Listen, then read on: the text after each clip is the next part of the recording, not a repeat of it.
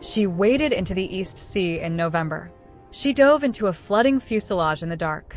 She pulled him out by sheer refusal to let go when something caught, and they were both underwater, and the last air pocket had vanished. She dragged him across the rocks, pressed 2 fingers to his throat, found a pulse. Faint, irregular, present.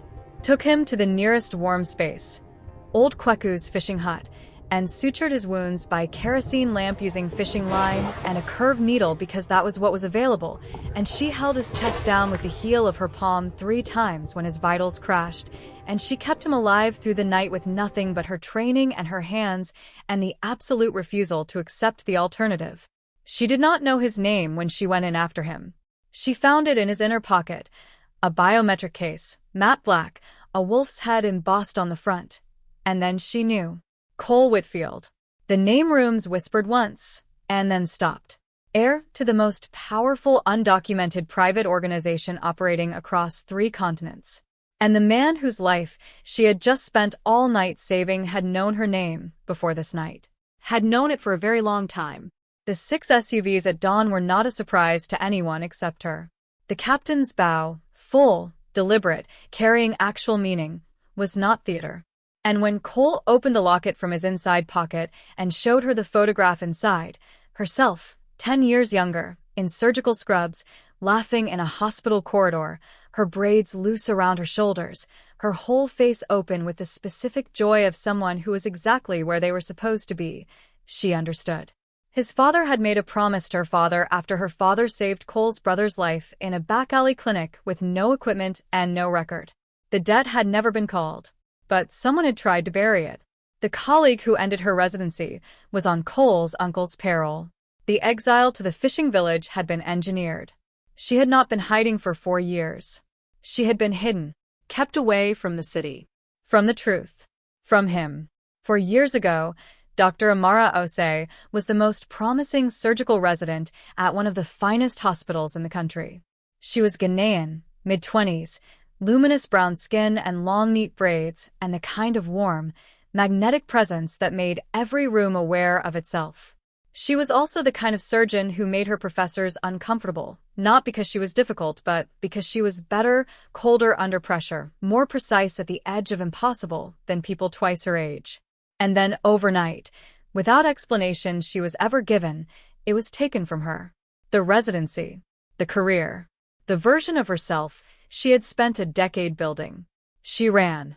She found a fishing village on the East Sea, and she made herself small, and she asked no questions, and she told herself this was enough. The sound hit me before the light did. A shriek of tearing metal, high and wrong and final, ripped through the midnight quiet like the world was splitting itself open at the seams. I dropped the suture kit I had been restocking and spun toward the window of my small coastal clinic. Out over the black water of the East Sea, a streak of fire carved a burning scar across the starless sky, orange and terrible and moving fast toward the water. I did not breathe.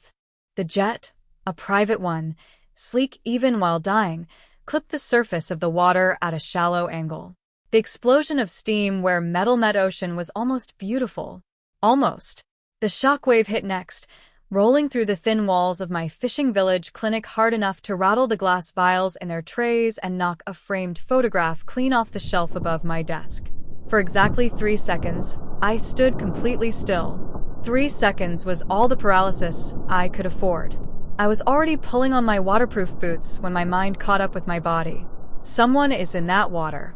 Someone might still be breathing. My trauma bag was on my shoulder before I reached the door, packed the same way I packed it every single night. The same order, the same muscle memory from a life I had been forced to leave behind. A life where I was Dr. Amara Osei, top surgical resident at one of the finest hospitals in the country, not the quiet coastal medic that everyone in this small fishing village thought they knew. I had been hiding here for 4 years. Tonight, apparently, was the end of hiding. The wind off the sea hit me like a wall of ice the moment I stepped outside. I ran toward the water. The wreckage was already half swallowed by the black ocean, one wing jutting above the surface at a grotesque angle, its running light still blinking orange, a desperate little heartbeat against all that darkness. Fuel slicked the surface in iridescent ribbons. The smell hit the back of my throat. Aviation fuel. Burning rubber. Something chemical and wrong underneath both. Don't think. Move. I waded into my waist before the cold truly registered. Then it registered all at once, a full-body clench, every muscle screaming, my braids plastered to my face and neck by the spray. The East Sea in November does not give warnings. It simply takes. I forced one arm forward, then the other, cutting through the waves toward the blinking orange light, toward whatever was left of that aircraft. Hello? My voice came out smaller than I wanted. I swallowed salt water and tried again. If you can hear me, make a sound. Any sound at all. Nothing but the hiss of cooling metal and the rhythmic assault of waves against wreckage. The fuselage had settled at a steep angle, nose down, the tail still visible above the surface. I grabbed the jagged edge of the doorframe. The door itself had been blown free on impact, and I pulled myself through the gap and plunged into the black water on the other side. Whatever was in there, I was about to find out. But before we go any further, I need you to stop for just 1 second. Drop a comment right now, and tell me where you're watching from. I mean it. Whether you're home in bed, on your commute, or somewhere on the other side of the world with your headphones in at midnight, tell me. And if this story hits you the way I think it is going to, subscribe and turn on your notifications before you forget. Because where this is going, nobody standing on that shore saw it coming. And neither will you. Now. Let's go back in. The cabin was still partially pressurized. I felt at the moment I crossed the threshold, a strange compressed stillness beneath the surface, like the jet itself was holding its last breath. Emergency lighting pulsed a dim amber through the flooding interior, strobing across debris that moved in the current in slow, surreal motion. A leather document folio, a crystal glass tumbling end over end, a single expensive dress, shoe turning heel over toe like it had somewhere to be. The water was at my chest and rising fast. One of the rear seats had broken free of its floor mounts on impact and swung forward, pinning a man against the bulkhead. I shoved at the seat with both hands. It did not move. The water reached my chin. I tilted my head back, found the last 4 inches of air pocket against the ceiling, and breathed. 1 breath. 2. Then I dove under, braced both feet against the opposite seat frame, used my legs instead of my arms, drove everything I had into the push. The seat groaned, shifted, swung back 6 inches. 6 inches was enough. I hooked my hands under his arms and pulled. He was bigger up close than he had looked pinned against the wall. Well over 6 feet, with a kind of lean build that comes from discipline rather than effort, and every single pound of him was dead weight. His suit was soaked through and dragging, adding what felt like another person's worth of resistance. I got him to the doorframe, and something caught. His jacket, his belt, I could not tell in the dark and the rising water. For 1 nauseating second we were both stuck, while the floor tilted sharply beneath us. The last air pocket vanished. I stopped thinking and started pulling. When we broke the surface, I did not hear myself gasping. I only felt it, a violent, full-body heave of air that tasted like the most important thing I had ever breathed in my life. He coughed. 1 wet, wretched sound from somewhere deep in his chest. There you are. The swim to shore took everything I had left. By the time my knees found the rocky shallows, I was shaking so hard I could barely keep my grip on him. I dragged him the last 10 feet by sheer refusal to let go, and we both went down onto the wet stones just beyond the reach of the tide. I rolled him onto his back and pressed 2 fingers to his throat. Pulse. Faint. Irregular. Present. The moonlight fell across his face, and for the first time I saw him clearly. And I want you to understand something. I have worked in emergency medicine for 6 years. I have seen a great many things. I have kept my composure in situations that would have broken most people. I am not someone who stops working because of how someone looks. But I am also honest, and the honest truth is that the man lying on the rocks in front of me was so extraordinarily, almost unreasonably handsome that for 1 single involuntary second my hands went still. He was in his mid-30s, white American from the cut of everything about him, with a jaw that looked like it had been carved from something harder than bone, and dark brows drawn together even in unconsciousness, as though even now he was working through a problem no one else could see. His features were precise and clean, the kind of face that photographers spent careers trying to capture and never quite got right because the living version had something the photograph could never hold. Even soaking wet and bleeding and unconscious on a beach at midnight, Cole Whitfield was the kind of handsome that rearranged the atmosphere of a space just by being in it. I know his name. You will understand how in a moment. Blood ran freely from a gash at his temple.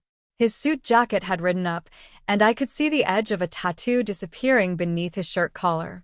Dark ink, complex, deliberate, the kind that told a story you only understood if you already knew the language. I peeled back his jacket lapel to check his chest rise, and that was when I saw it.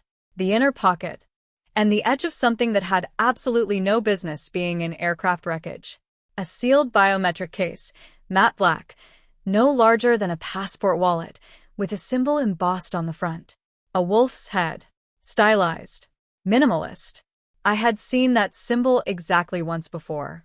For years ago, on a classified patient intake form that a senior resident had snatched out of my hands and told me to forget I had ever seen. I looked at his face again, at the sharp architecture of it, at the tattoo at his collar. My stomach dropped. Cole Whitfield. The name that certain rooms in this world whispered, and then immediately stopped whispering because you did not say it twice in the same breath. White American. Early 30s. Heir to the Whitfield Syndicate, one of the most powerful and least documented private organizations operating across 3 continents. Rumored dead twice in the last 8 years. Apparently not.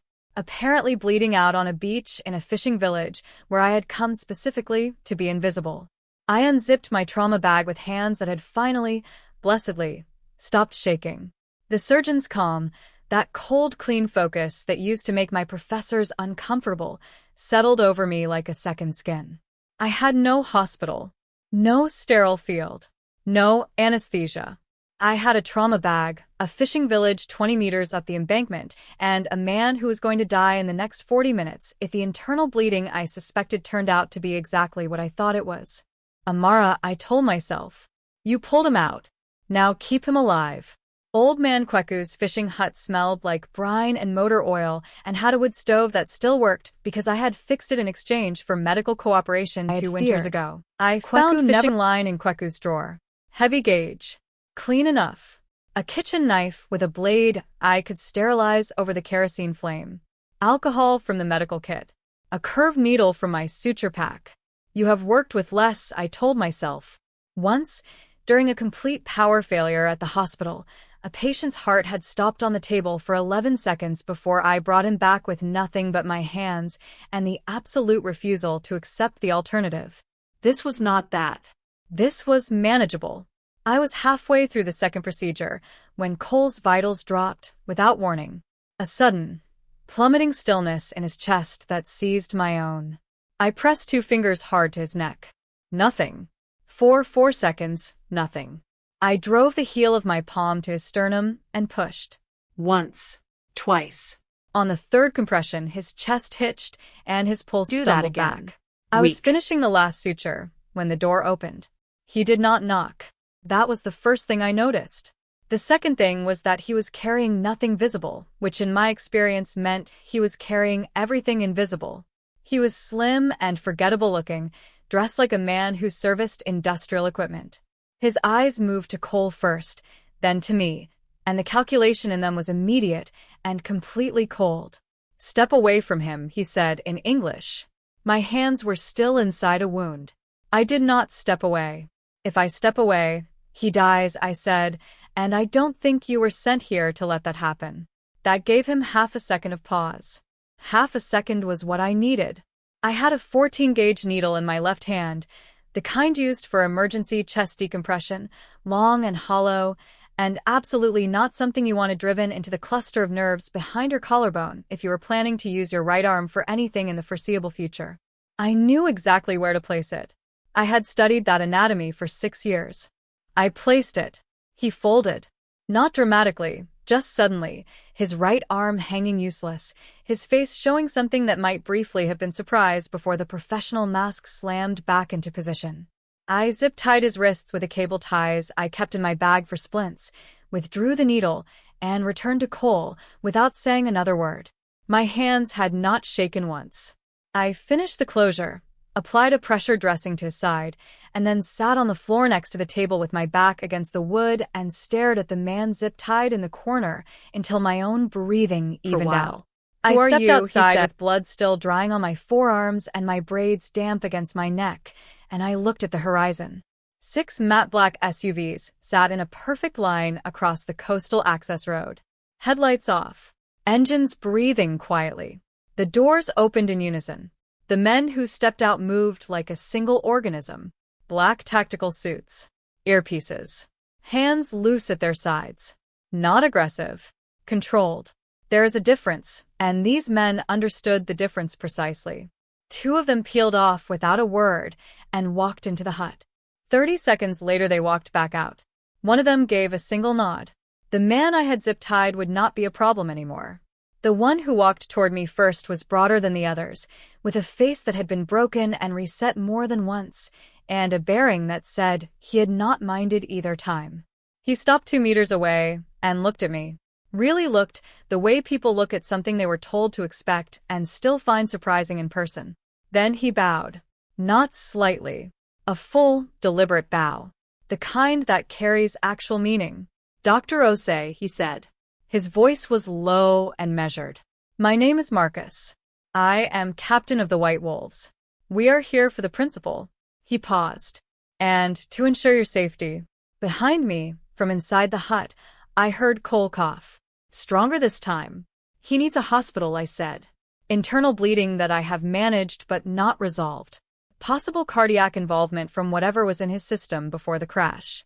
And a head wound that requires imaging immediately." Marcus nodded once. "We have that." I looked past him at the 6 vehicles. "In an SUV? You will see," he said simply, and extended one arm toward the lead vehicle. I had been wrong about the SUV. The rear of the lead vehicle was not a passenger cabin. It was a trauma bay. Compact, custom-fitted, and ruthlessly efficient. A ventilator. A portable ultrasound. A defibrillator with external pacing capability. 2 4-lines pre-primed and hanging. A surgical light mounted to the ceiling on an articulated arm. Every piece of equipment bracketed and shock-mounted. Everything labeled in both English and Korean. Somebody had built this specifically for the possibility that their principal might require emergency surgery while moving at speed. Somebody had planned for exactly this situation. Somebody had thought about me specifically. I did not have time to think about why. They moved Cole onto the gurney, with the practiced efficiency of people who had done this before. Marcus sat in the jump seat near the door. The vehicle began moving before I had finished my secondary assessment. "How long?" I asked. "For hours," Marcus said. "Less the way we drive." As if on cue, the vehicle accelerated into the first mountain curve hard enough to swing the 4-bag on its hook. I planted my feet on the non-slip matting and reached for the ultrasound probe. Cole's eyes opened. Not fully. A sliver. Those pale gray-green eyes finding the ceiling first, then sliding sideways to me, and something shifted in them before he had time to manage his expression. A flicker of something that was not calculation. Something warmer than calculation. Something surprised. "You're the one who pulled me out," he said. His voice was rough and stripped of everything performed. "Don't talk," I said. "I need to look at your spleen." The corner of his mouth moved. Almost a smile. "You're giving orders." "You're in my operating room." I pressed the probe to his side. "My operating room has wheels at the moment," I said, "but the rules are exactly the same. Be quiet and let me work." He was quiet. Outside, the mountains blurred past in the gray morning. The driver took another curve and I leaned into it, probe steady, eyes on the screen, watching the image resolve into grayscale shapes that told me everything I needed to know. His spleen was compromised but holding. The cardiac involvement was what I had suspected, something introduced into his system before the flight, something designed to work in combination with a crash. Someone had tried to kill this man twice in the same evening. The convoy was accelerating. Somewhere behind us, in the gray morning, I could already hear the distant percussion of a helicopter. I pressed one hand flat to his heartbeat. Stronger now. Steadier. "Stay with me," I thought, not for the first time. He did. We were 4 kilometers from the bridge when Marcus's radio exploded with static and then a cut transmission and then a silence that was worse than either. He was already turning in his seat when the first explosion lit up the bridge ahead of us, like a second sunrise. The shockwave punched through the chassis hard enough to rock the SUV sideways. The ultrasound screen shook and went dark. "Contact," Marcus said, flat and immediate. 12 o'clock. 3, 2. I looked through the partition window into the front cabin and saw what he meant. The bridge ahead was blocked. Black vehicles, different plates, sitting across both lanes. And behind us, orange light bloomed against the gray sky where 2 of our trailing SUVs had been 30 seconds ago. A third had been forced off the road at the embankment, its chassis crumpled against the barrier. 3 vehicles gone. Our lead SUV running but surrounded and out of road. "We move," Marcus said, and the door was already open. Cole sat up on the gurney. "Don't," I said. "I'm not asking permission," he said, and the voice that came out was not the rough, stripped-down voice of 20 minutes ago. It was something else. Cooler, harder, the voice of a man who had spent a long time being the last word on things. He swung his legs off the gurney, and I grabbed his arm. Not to stop him. Because he swayed, and I was the one standing. He looked at my hand on his arm, then at me. "I can walk," he said. "I know," I said. "Walk toward me, not away." We went on foot into the gray morning. Marcus moved us through the bridge's maintenance understructure, a route he knew without reference, which told me everything I needed to know about how many times this man had planned for the worst possible outcome. The water below was flat and cold, and a long way down. Cole moved beside me with one hand pressed to his bandaged side, saying nothing, breathing with the controlled deliberateness of someone who had made a decision about their pain and was honoring it. I stayed close enough to catch him if the deliberateness stopped. We lost Marcus's last 2 men on the far embankment, not to bullets, to a choice. Marcus sent them back as a rear guard without hesitating, and they went without hesitating, and I understood then what the White Wolves actually were. Not bodyguards. Something older than bodyguards. Something that had made a decision about this man long before tonight, and had not revisited it since. We were 3 by the time we reached the safe house. It was underground, access through the back of a laundry that had been closed for years, down a staircase, through 2 steel doors, and then light. Neon, soft and diffused, strips of blue and amber behind frosted panels that gave the low-ceiling space the feeling of being inside something that was breathing. A cot, a table, a medical supply cache bolted to the wall, a coffee machine that looked incongruously, almost comically new. Cole sat on the cot. I went to the cache. I was checking his dressing, the fishing line closure that had held better than it had any right to, when he spoke. "My uncle arranged it," he said. "Robert. He has been positioning for 2 years. The poison in my system before the flight, that was him. The crash was meant to finish what the poison started. When it did not, he sent the man in the hut." I did not look up from the dressing. "And the bridge?" He knew Marcus would bring me to the tower. He wanted to make sure I never arrived. I pressed the new dressing flat and smoothed the edges carefully. "How long have you known it was him?" A pause. "Long enough." I looked up then. Up close in the blue-tinged light, his face was exhausted in a way that had nothing to do with the injuries. It was the exhaustion of someone who had been carrying a specific grief for a long time and had become very good at not putting it down. His pale gray-green eyes held something old in them, something that had been held quietly in the dark for so long it had started to feel like furniture. "My father trusted him," Cole said. "Completely." "So did I until 3 months ago." He looked at his hands, the tattoos, the knuckles that carried their own separate history. "That kind of betrayal," he stopped, began again. "It does not leave a clean wound." I sat on the table edge across from him. "No," I said. "It does not." He looked at me, and something shifted in his expression, a door opening fractionally in a room that had been sealed a long time. "You know what that is like," he said. Not a question. A certainty. Specific. "The colleague who had me removed from my residency," I said slowly. "You know about that." He held my eyes and said nothing, which was its own kind of answer. "How long?" I said carefully. "How long have you known who I am?" The neon hummed. Somewhere above us the city was waking up, going about its ordinary morning, entirely unaware of us down here in the blue light. This man and this woman, and the 10 years of history about to be laid out between them. Cole reached into the inside pocket of his destroyed jacket and held something out. A locket. Small, silver, worn smooth at the edges from being held. I opened it with numb fingers. Inside, behind a thin pane of glass, was a photograph. Small, slightly faded but unmistakably me, younger, in surgical scrubs, laughing at something off-camera in a hospital corridor I recognized immediately. My braids loose around my shoulders, my light brown skin catching the fluorescent light, my whole face open and unguarded with the specific joy of someone who is exactly where they were supposed to be. That hospital. That corridor. 10 years ago. My hand went still.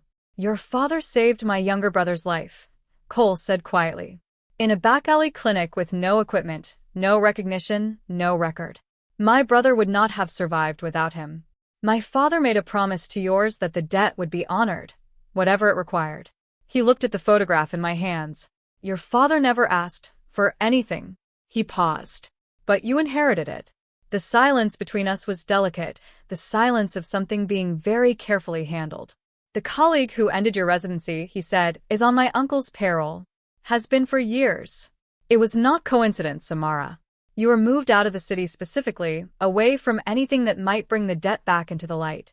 Away from me. I was checking his dressing, the fishing line closure that had held better than it had any right to. Take your building back. My Uncle Whitfield Tower was 41 floors of glass and steel in the heart of the city, and we walked in through the front door. Marcus had called ahead to a contact, someone old enough and trusted enough to have survived Robert's systematic removal of everyone who might stand against him. By the time we arrived, there was a gown waiting for me. Deep emerald. Architectural. The kind of dress worn by the kind of woman who attends a private investment technology gala on the 38th floor and does not need an invitation because she is the invitation. I walked out of the bathroom 5 minutes later looking like someone entirely different from the woman who had waded into the East Sea in waterproof boots at midnight. Cole looked at me for a moment, without speaking. Don't, I said. I wasn't going to say anything. You were thinking something. I'm always thinking something, he said, and turned toward the elevator. He went up through the service route with Marcus. I went up in the main elevator, flanked by 2 people I had been introduced to 60 seconds earlier and had to trust completely, standing in an emerald gown with a defibrillator component taped to my thigh and a syringe of epinephrine in the clutch at my wrist. The doors opened on 38 and I walked into the light. I gave it 12 minutes. 12 minutes of moving through the room with a glass of water I never drank, reading the geography, noting which guards belonged to Robert and which were uncertain, waiting to see which way the evening would break before they committed to a side. I found the service door Marcus had described. I opened it. I walked through. What happened on the floors above that does not describe itself in any clean sequence. I remember the stairwell, the sound of the confrontation above us, muffled by concrete, and then suddenly not muffled at all.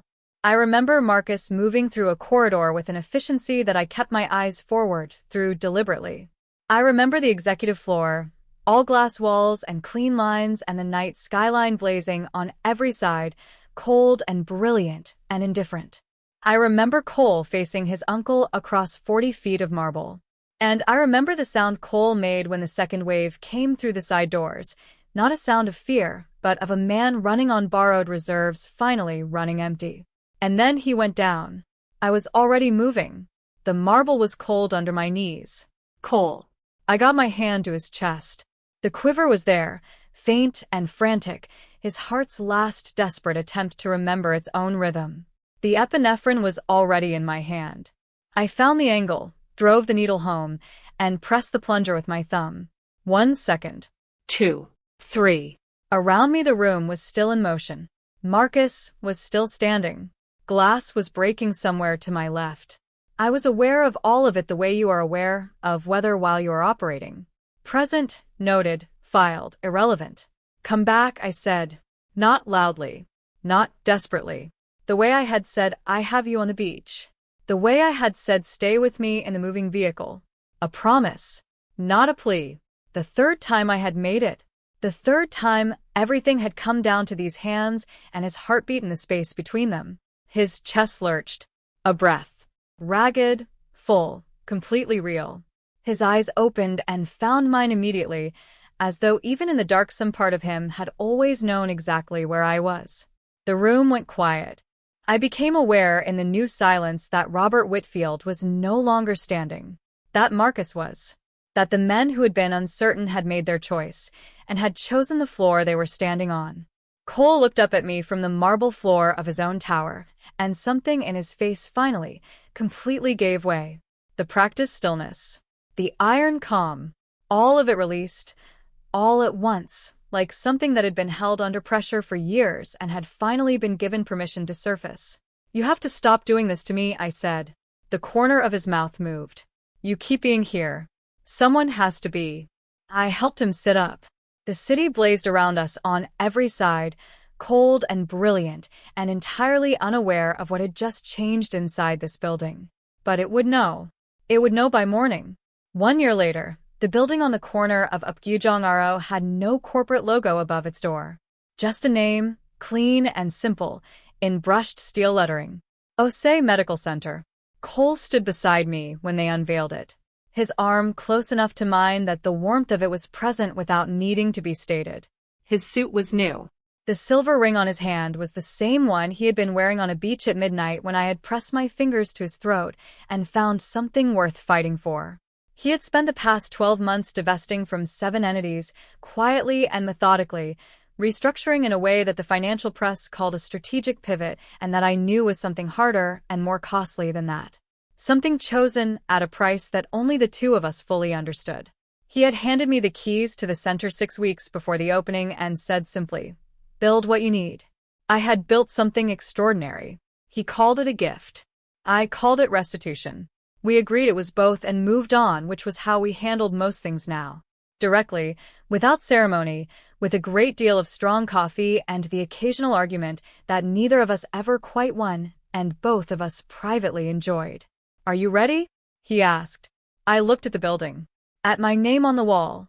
At the thing I had been before the exile, before the fishing village, before the midnight sea. The surgeon. The one who stayed when others turned away. The one who never let go. I had been offered my quiet life back 3 weeks after the penthouse. Marcus had delivered the message with his characteristic absence of sentiment. "The coast is clear. Your records expunged. Your clinic restored. You can go back." I had sent back 2 words. "I'm staying." "I have been ready," I said, and walked through the doors. She went back into the cold water, because that is who she was. She stayed because she chose to be something more. If you have been waiting for the moment where someone who is written off gets to rewrite the ending entirely, on her own terms, you just watched it. If this story hit you somewhere real, you already know what to do. Subscribe, turn on notifications, and tell me in the comments the exact moment you knew Amara was never going back to that fishing village. I read every single one.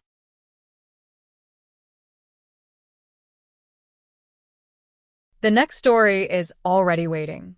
And it starts in a place nobody survives. Nobody except her.